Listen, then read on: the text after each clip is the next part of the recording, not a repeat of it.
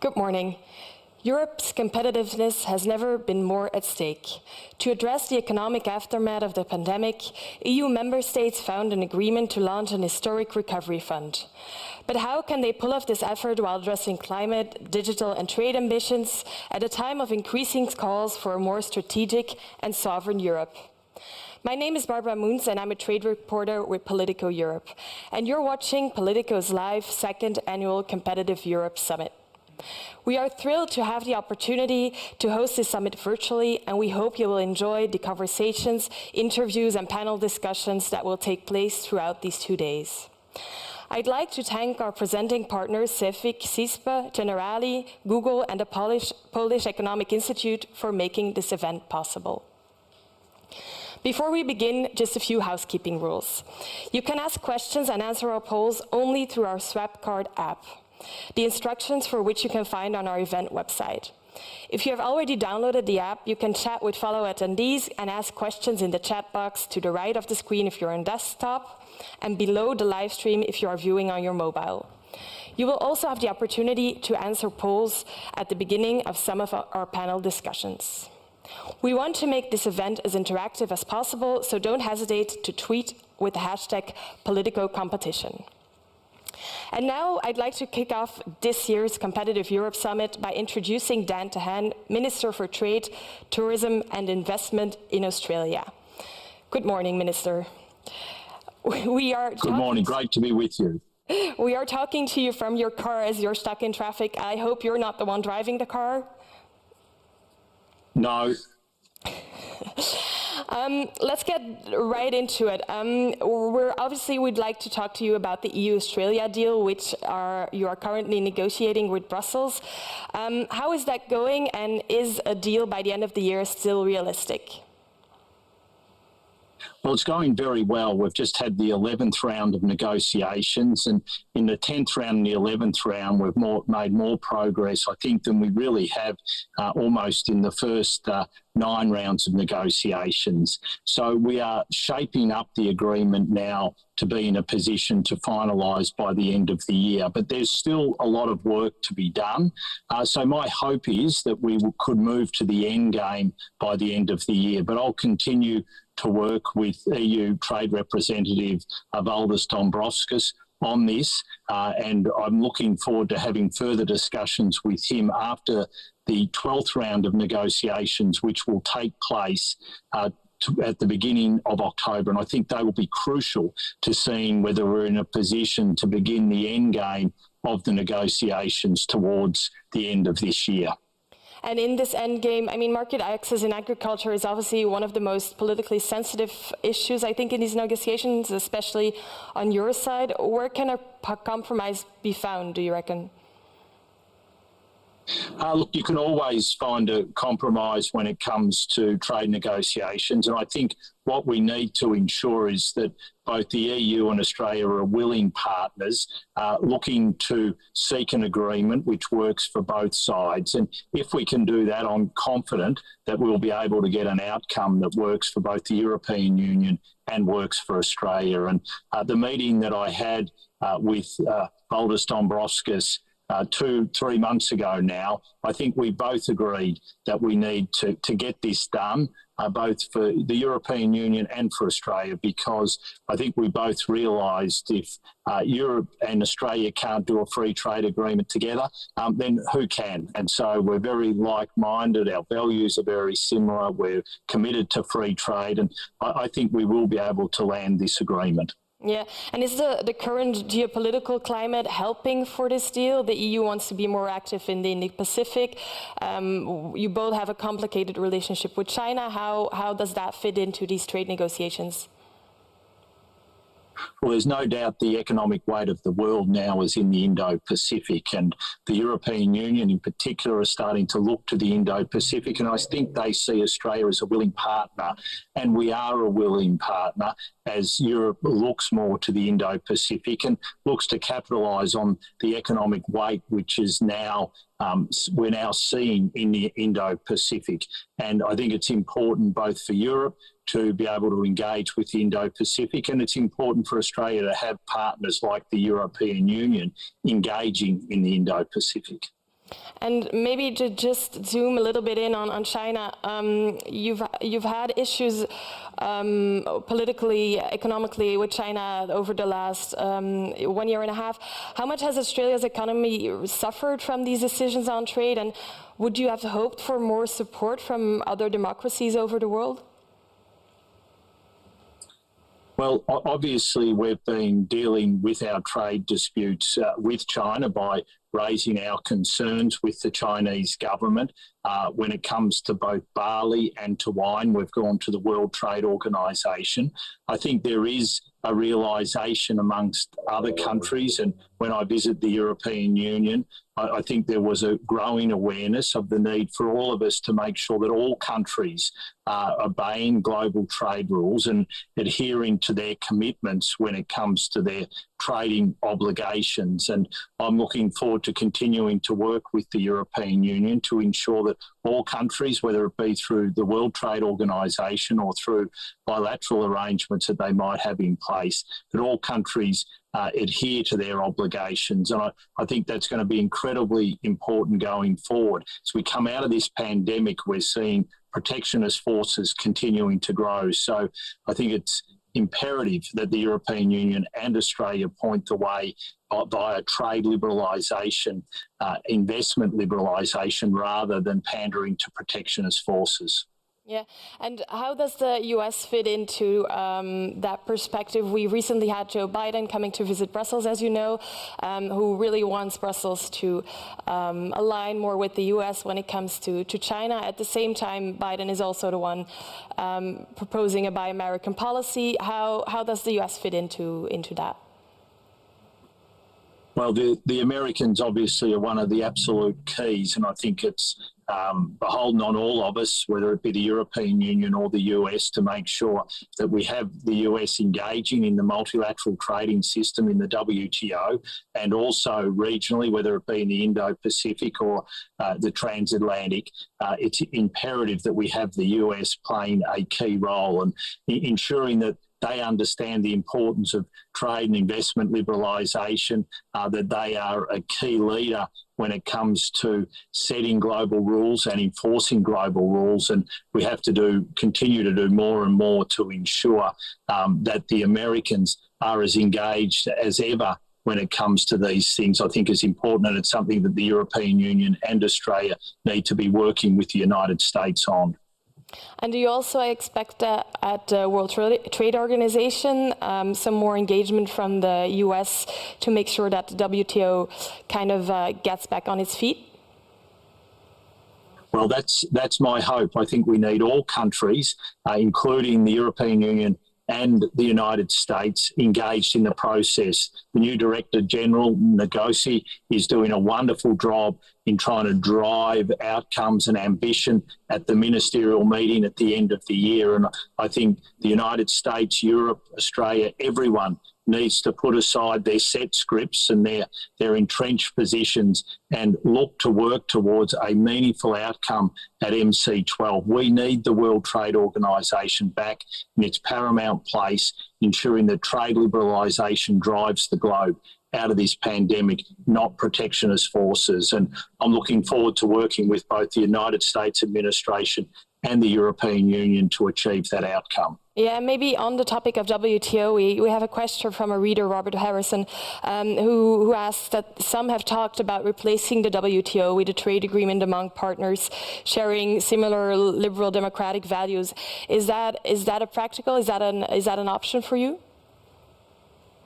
Well, I think the most important thing is that we recognise that the role the World Trade Organization has played in enhancing global growth in the last 20 to 30 years. It's been one of the key drivers of liberalising both trade and investment and seeing that growth that's occurred globally. So our view and our focus is very much on restoring that paramount place of the World Trade Organization, while at the same time looking at other arrangements such as the comprehensive partnership the CPTPP that's been negotiated in the Indo-Pacific. It is a gold standard regional trade agreement which will encourage other countries who want to accede to a gold standard agreement to look to join.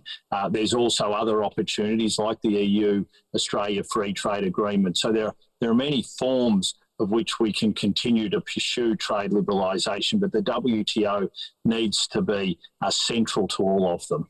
Yeah, and let me just get back to the EU-Australia trade deal, if I may. You know that in its trade deals, Brussels puts a lot of emphasis on climate and labour standards, something that the Parliament is also pushing very hard for. How big of a problem is that for Canberra, for you, when it comes to domestic national politics? Well, we obviously take our climate change commitments incredibly seriously. We've met our Kyoto targets. We've met our Paris. We're on target to meet and beat our Paris targets, and we'll continue to do the right thing when it comes to climate change and emissions reduction.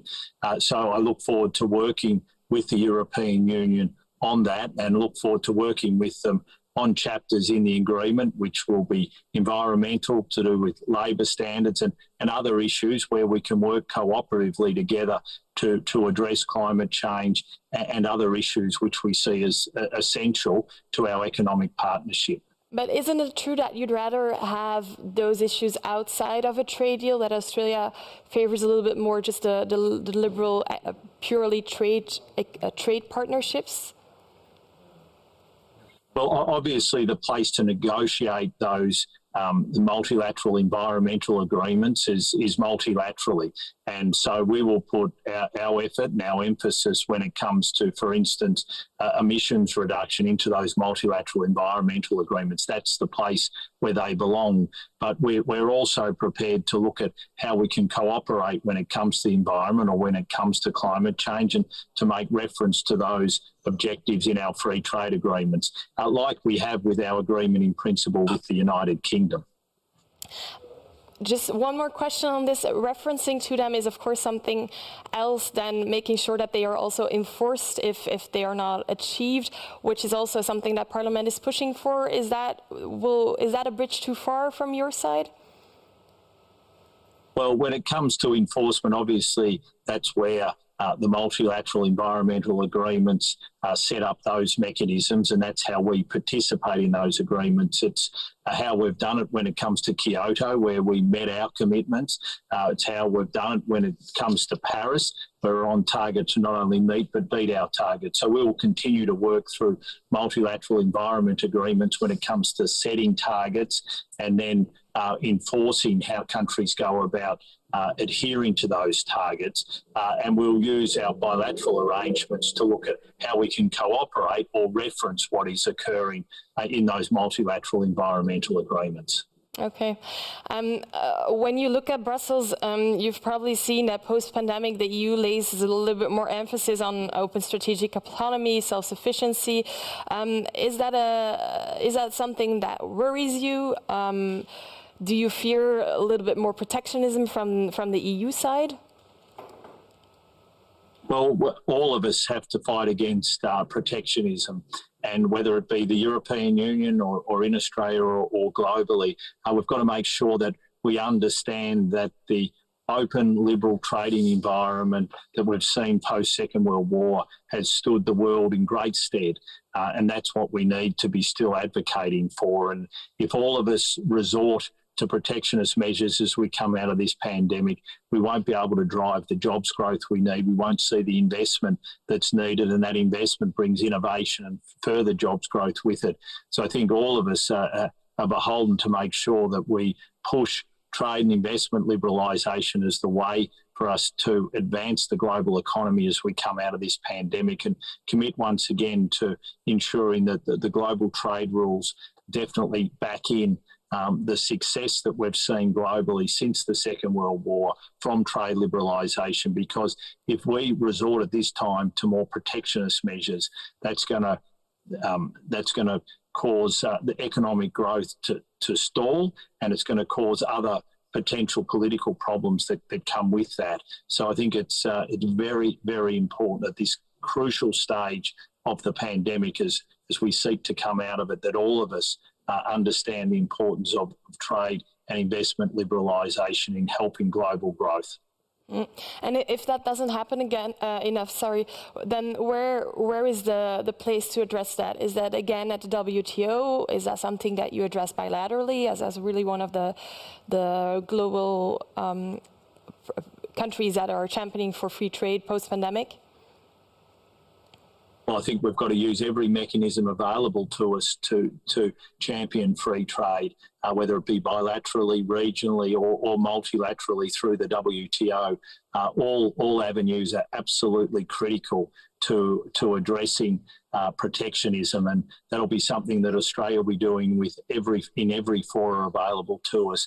And my hope is that the EU will do the same. I mean, the EU is the biggest agricultural exporter, for instance, in the world. So it has very good reasons to make sure that trade liberalisation continues to be what all of us are trying to advance. And maybe in the same line of thoughts, I mean, Brussels is now thinking about a carbon border tax mechanism. As you know, it's not part of the EU-Australia deal, but it might complicate EU-Australia relationships overall. So our response to this is the most effective way and the way true to our values would be for us to begin to liberalise environmental goods and environmental services, to give all countries the ability to get hold of the technology that they'll need, especially when it comes to reducing emissions, and to have that technical know-how, how to drive that technology. And that's the way we should be looking to go. And I hope that we'll be able to see progress at the WTO on moves to reduce tariffs on environmental goods and to enable freer flows of environmental services. We think that's a much better way to go than a carbon border adjustment mechanism, which runs the risk of enhancing protectionism. And that, I think, would be detrimental to global growth and to free trade globally. I assumed you've addressed this when you spoke to the Commission a while back. If Brussels continues with its plans for a carbon border tax mechanism, what will Australia's response be? Well, obviously, any such mechanism would need to be WTO consistent and avoid protectionist measures. So we think that would be incredibly difficult for Brussels to be able to achieve. If you look, for instance, at the emissions trading scheme in the European Union, it gives free permits to a large proportion of industry within the European Union. So how you account for that would be very difficult. Obviously, subsidies which help industries, agriculture in the European Union, how do you account for that in a carbon border adjustment mechanism? Many questions that need to be answered, and we just think the better way to go is to remove all tariffs on environmental goods, on environmental services. That's how you make sure that globally everyone has access to the goods and the technology that they need and the know-how to move to a net zero world by 2050, and that's what we would be encouraging as a much better way for Europe to go, and much more consistent with the trade and investment liberalisation values of the European Union. I understand you're very much against this proposal. I mean, it must influence the talks you're having right now on the trade deal, right? This is such an important issue when it comes to how you look at trade.